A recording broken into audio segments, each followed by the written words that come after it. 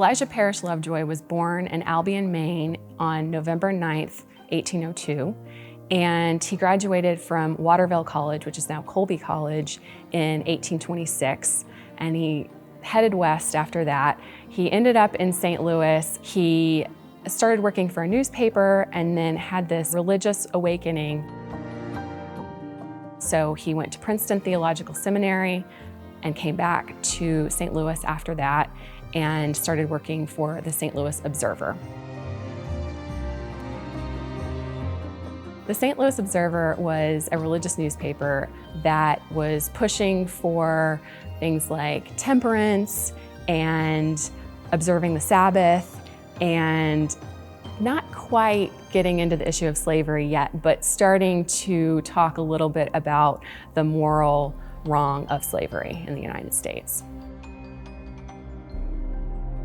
Lovejoy began printing more and more in the St. Louis Observer about the moral wrong of slavery. And there was a horrible lynching. Francis McIntosh, who was a free black man, was burned, and a huge mob was part of it. And the Judge Lawless actually, who prosecuted, blamed Lovejoy and other people who were fighting against slavery as the cause instead of this mob that murdered this man. So Lovejoy was horrified, and his office was ransacked. It became dangerous for him to be in the area.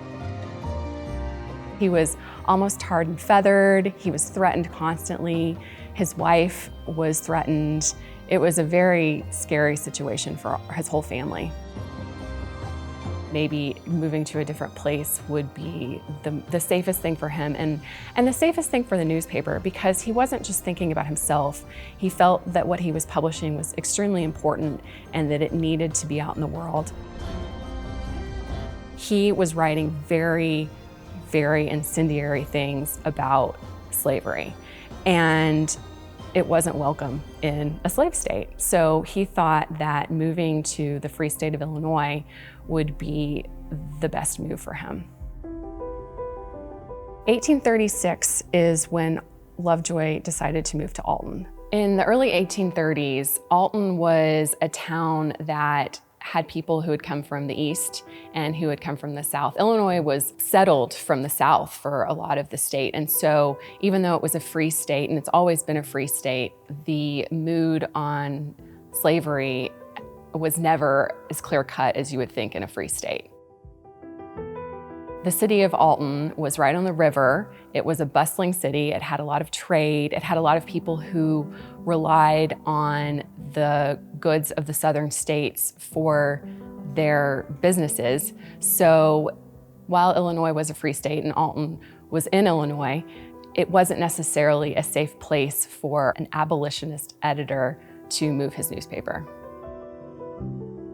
While Illinois was a free state, it did business with St. Louis, it did business with other parts of Missouri, and people even brought enslaved people over to Illinois to work in Alton. So there were slaves working in Alton at various times.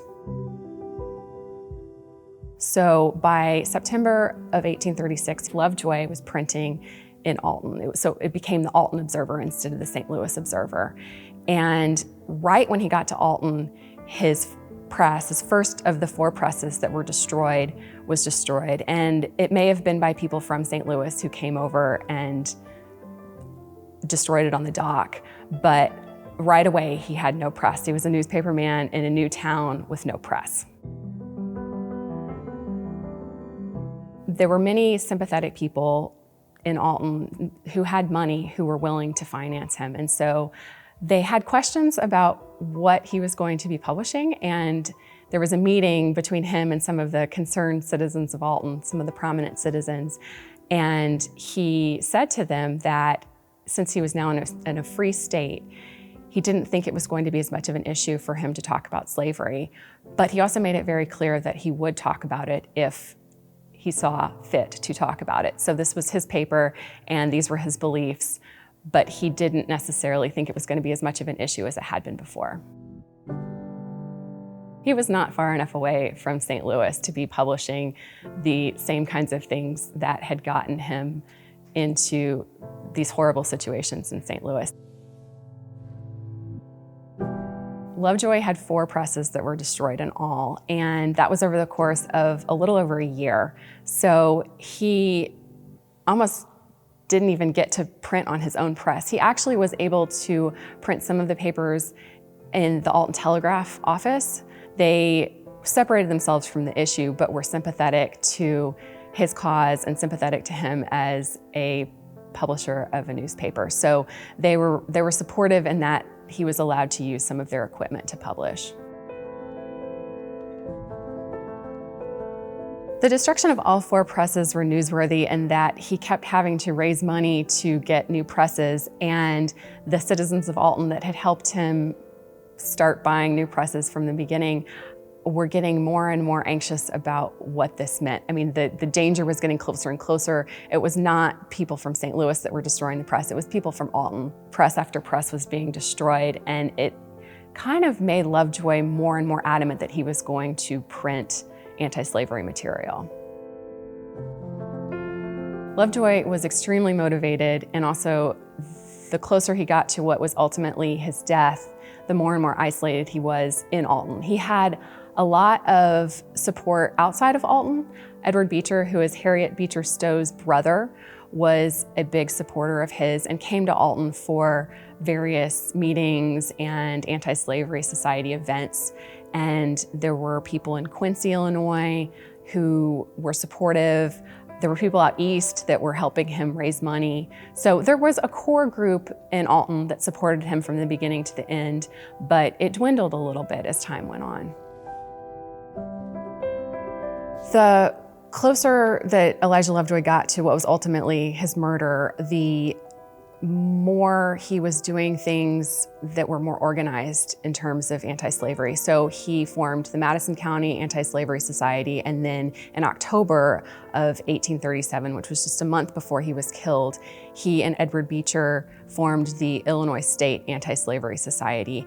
And these were events that brought people who were not involved and who disagreed with the abolitionist cause out, and one of them was Usher Linder.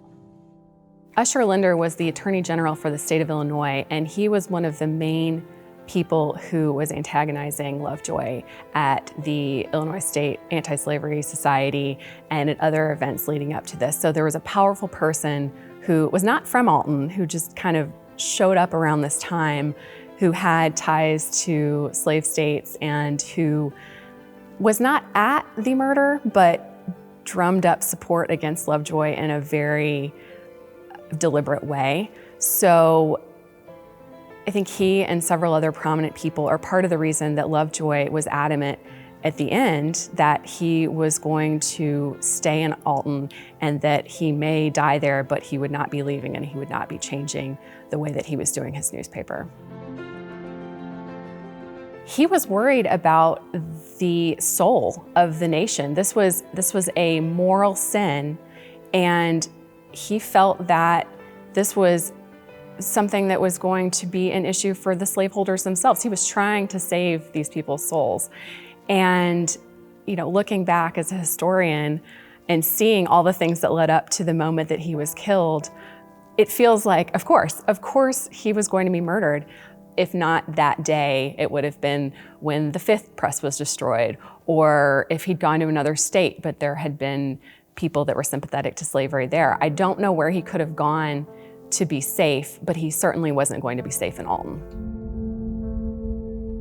So on the night of November 7th, 1837, which was 2 days before Elijah Lovejoy's 35th birthday, so he's 34 at this point, he and some of his supporters were in the warehouse, the Godfrey Gilman warehouse.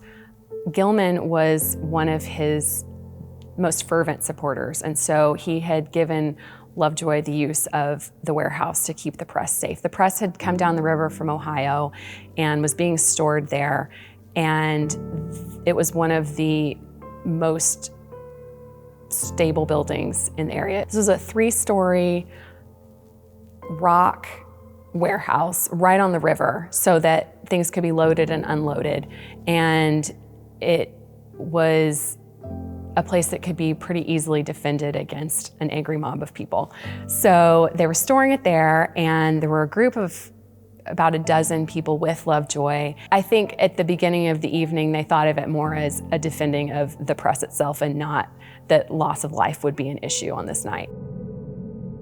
In the days leading up to this, when they knew the press was on its way, Gilman had gone to the mayor, John Crum, several times and said, what happens if people try to break in? We plan to defend the press. We plan to defend the building. And Crum was kind of wishy-washy about it. He was like, oh yeah, you can defend your property, that's fine. But he wouldn't put anything in writing. He wouldn't give a definitive statement. He was not helpful, really, in calming anything down. And Usher Linder and other prominent political people of the time had kind of gotten the mob into a frenzy anyway. So nobody in a position of authority was helping to calm things down. They were kind of like, well, we'll see what happens, and we're not going to take responsibility for it. So there's a drunk mob. They've been waiting for this press to come, and the mayor does nothing to stop this mob from attacking the warehouse.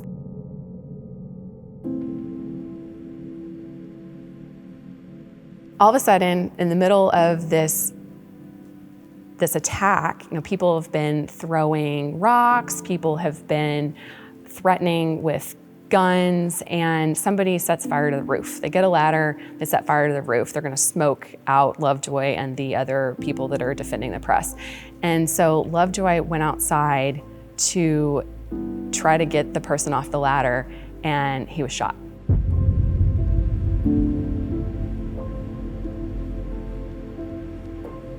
Lovejoy was shot outside of the building and made his way back in and collapsed. He was the only person on the defender side that died. There was one person that died who was in the angry, drunken mob, but Lovejoy came in, uttered his last breath, died, and was buried 2 days later on his 35th birthday.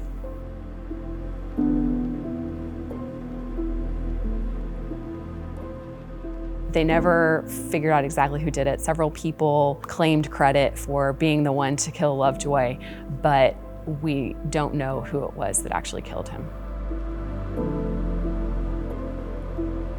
Right after Lovejoy died, the people that were still defending the press had to figure out how to get out safely. And there was kind of a ceasefire where they were able to leave and take Lovejoy's body. And then immediately the mob rushed into the warehouse, destroyed everything, took the press, tore it into pieces, and threw it in the river. So most of the press probably went down the river, was destroyed immediately, but because the press yoke was cast iron, it sank to the bottom and stayed where it was. Lovejoy's family and supporters were extremely concerned about what would happen to Lovejoy's body. So when he was buried 2 days after he was murdered, his wife was not present at the funeral. They basically just put him in an unmarked grave in the Alton cemetery. It did have a pine cross above it that had his initials, EPL, but it was not, there was no pomp and circumstance. There was no real funeral. It was just to get him in the ground before his body was desecrated. His grave was lost for a number of years, for almost 30 years. And then in the early 1860s, it was found. It was under a road in the cemetery, so it wasn't even in a plot that was recognized in the 1860s. But with the help of William Scotch Johnston, who was a black man who buried him in 1837, Thomas Dimmock, who himself was a newspaper man, had Scotch Johnston help him find the grave, and then he exhumed the body and put him into the grave that he is in now.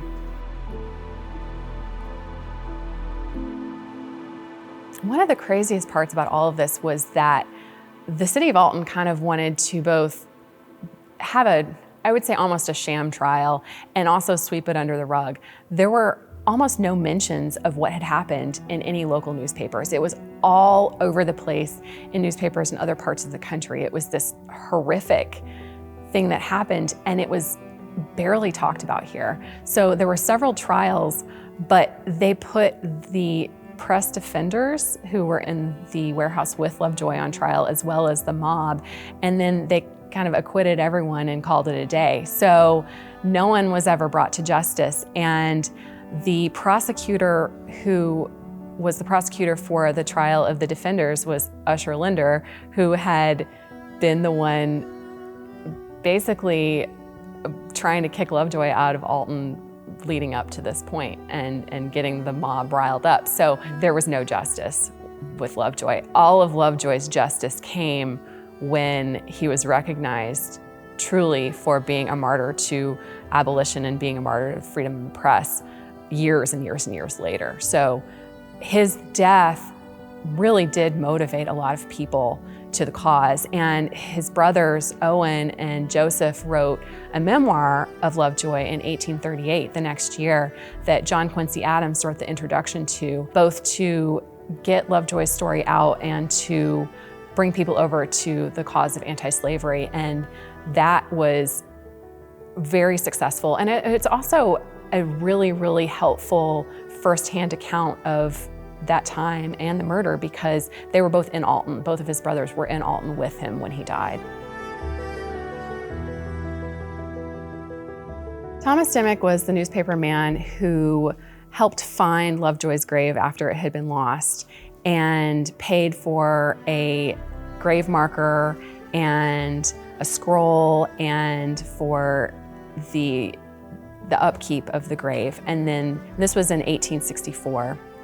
And then in 1885, he gave the trusteeship of the grave to Alton's Black community. So ever since then, and starting actually with William Scotch Johnston, who was the one who found Lovejoy, there has been a trustee from Alton's Black community who has taken care of the grave. And Ed Gray is the current trustee, and there have only been about 6 people from that whole time period that have been the trustee. So it's something that you hold for a very long period of time. The recognition of Lovejoy finally happened with Thomas Dimmick, with other people in the community. So some of the prominent citizens of Alton started talking about a permanent large Lovejoy monument. And that didn't actually come to pass until the 1890s. So in 1894, the state set aside $25,000 for a monument, and the citizens of Alton raised $5,000 more, and then it was built between 1896 and 1897. So in 1897, they had a dedication of the monument, and Thomas Dimmick was one of the speakers at this dedication. But it was the tallest monument in the state of Illinois. It was a huge deal at this point. So in less than 100 years, Lovejoy went from being somebody that had very little support in Illinois to having this huge amount of support and a big procession and the biggest monument in the state. One of my favorite things about the Lovejoy Monument is that you can see it as you come into Alton. You can see it from the river. You can see it from the Clark Bridge. It is permanent and very prominent. And I think it's an amazing reminder of what we can do if we follow our moral compass. To make a stand, to make our voices heard, to use our writing, whatever talents we have, to fight against injustice, and in this case, and I think very relevantly to the time, racial injustice in our country. Lovejoy, one of the things that he fought for in his time was the immediate emancipation of slaves. He thought that slavery should be abolished, that should be that. And that was part of what got him in trouble. And I think that being able today to see that monument and think about the true moral problems that we have and be able to look at them clearly is really important, because it makes you feel less alone when you're trying to figure out what the right thing to do is. Like when you truly look at what is the right thing and not what is the financial thing, what is the convenient thing, what is the popular thing, but what do I need to be doing to help make this a more equal world? One of the best parts about Alton is that so much of our history is still here and you can still interact with it. You can visit the Lovejoy Monument. You can go to the exact spot where Abraham Lincoln and Stephen Douglas had their 7th and final debate, where they actually talked about slavery. You can see Missouri from that site. You're right on the river. You can be where Lincoln and Douglas were. You can go visit Lyman Trumbull's house, and he was the co-author of the 13th Amendment, abolishing slavery. So these are all places that you can experience yourself. I feel very proud to be living in a place where these conversations have been part of the discourse since 1837. I mean, that was years before the Civil War, and many people actually consider Lovejoy's murder to be the first shot of the Civil War, because it kind of crystallized that this was not going to be something that was settled without a huge division in our country, and there was going to be more blood that was shed. And so he was the first, but he was not going to be the last. And I think everybody realized that at that time. One of the most amazing parts of the Elijah Lovejoy story is how many different ways you can come to it. It is the story of the freedom of the press. And so anyone that is working in the press to this day owes a debt to Lovejoy, because before he was murdered, there was a lot looser idea of what that actually meant. And so his true feeling that he could write whatever he saw fit to write is something that is now seen as a right that it wasn't necessarily seen as at that time. His abolitionist views, I mean, if you're looking at the history of slavery in the United States, this is a flashpoint. This is extremely important. And also, this is a historic site for the Presbyterian Church. There is a Presbyterian church in Wood River called Lovejoy Presbyterian. This area is part of the Giddings Lovejoy Presbytery. His name is all over the place if you look for it.